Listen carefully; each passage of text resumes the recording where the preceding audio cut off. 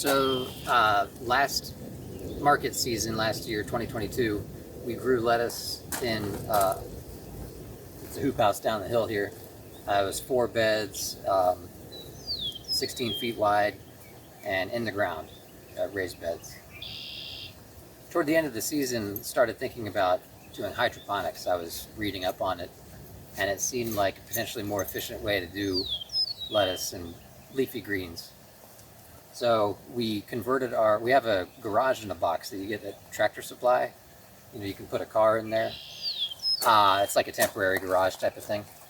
Anyway, we had that laying around, not really doing anything. So we brought that up here to this little turnaround in the driveway. We put poly on it. We actually have 2 layers of poly. You can see this is kind of puffy. There's a blower fan that pulls air in between the 2 layers of poly and inflates it. And so that buffer of air actually helps increase the insulation value of the poly. But so we added, so these are louvers. Louvers, and then on the other side, you'll see in a second, we've got a exhaust fan that blows out. And so when the fan is controlled by a thermostat, when that comes on, these louvers open, and during the day when it gets really hot, it cycles the air through to at least keep the greenhouse roughly the same temperature as outside air. Because otherwise it would just get crazy hot in there. But so yeah, I'll take you inside and show you what we got.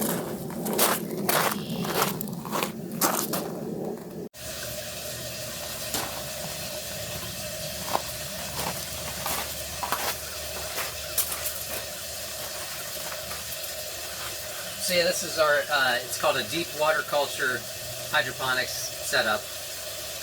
And like I said, it's about 6 inches of water under these are styrofoam trays. And then we've got like a pond liner to keep the water in there. And we have a water pump. It's about 350 to 400 gallons of water. We have a water pump that cycles the water about I think it's 400 gallon per hour water pump.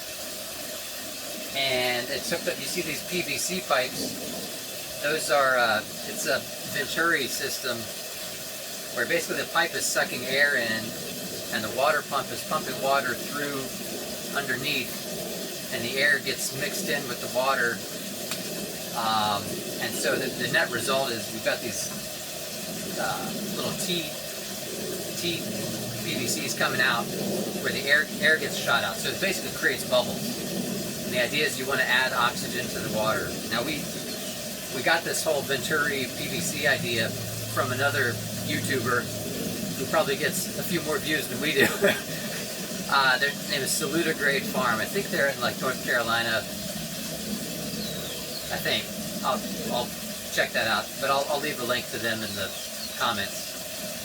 But yeah, they had this. They do a similar setup with. I think they do full heads of lettuce, but they do it on a deep water culture, and they've got this PVC thing. So big thanks to them for sharing those ideas.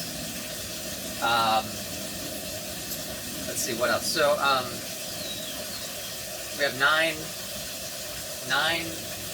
styrofoam trays per week, and so this holds 4 batches, 4 different weeks of lettuce. And so the lettuce at the very end is our oldest stuff, and it's going to be harvested in about 5 days or so for our first farmers market on March 11th. And then this is the newest stuff that just came in yesterday, day before. Let's see, so the gray box over there is a dehumidifier. Try to keep the air, if we didn't have a dehumidifier at night, it would get really humid in here, right? This is March right now, and so when it gets down like 40 degrees and below, the humidity just goes way up. So adding a dehumidifier, it comes on mostly at night, and that really helps to keep the plants dry. Otherwise it would get a lot of condensation and things dripping and too wet. And then this, let me do it. It's kind of tight in here. We've got, these are aquarium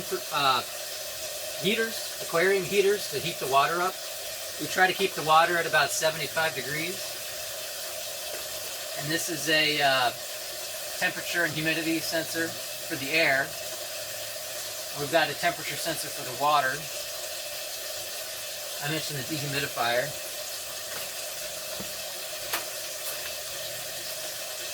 So, yeah, we call this the nerd house just because we're doing a lot of sensors and trying to be a lot more controlled about the environment in here. I built this frame, 4x4 frame, intending to mount a heater, a propane heater up here. We have the heater, but we haven't had it installed yet, and I'm debating whether I want to try to do some of that work myself or try to get somebody else to do it. It's not like a massive furnace replacement in your house, so trying to get a contractor to want to come out and do a small job like this so far it's been kind of a challenge. But for now, right now we're going into spring, so getting a heater installed isn't really a high priority. We would only need to use it for a month or two at night, and the lettuce is actually looking pretty good even without the heater. So having the dehumidifier has been really helpful. And as I mentioned, we're ventilating. We have an exhaust fan there, and then we have the louvers that I showed you before over there, and it's controlled by a thermostat. So when it gets above like 75 degrees, the fan starts spinning, and the louvers open up, and air cycles through. So that's good.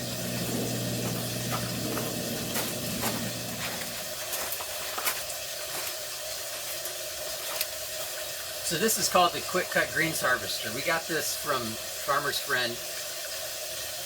And on harvest day, like I said, we've got 9 trays, styrofoam trays. And we set up a table over here in the greenhouse. We can mount this to the table. And we basically slide the trays under this thing. Now what we do, you operate it with a hand drill. And when you pull the trigger on the hand drill, the ropes spin. And this blade, there's a blade on the front that moves back and forth really fast. So when you slide the tray through, the ropes are pulling the greens against the blade, and the greens go into this bag. And once you get the whole tray through, you can then dump the bag into a bin and take the bin inside for sorting and packing. So we're trying to get our whole harvesting process down to where it's fairly efficient. It's trying to do as much as we can with the time. Maybe one day, we get our dollars per hour for the whole lettuce operation to a point where we could actually afford to hire an employee. So it's a work in progress, but we're cautiously optimistic about pushing forward.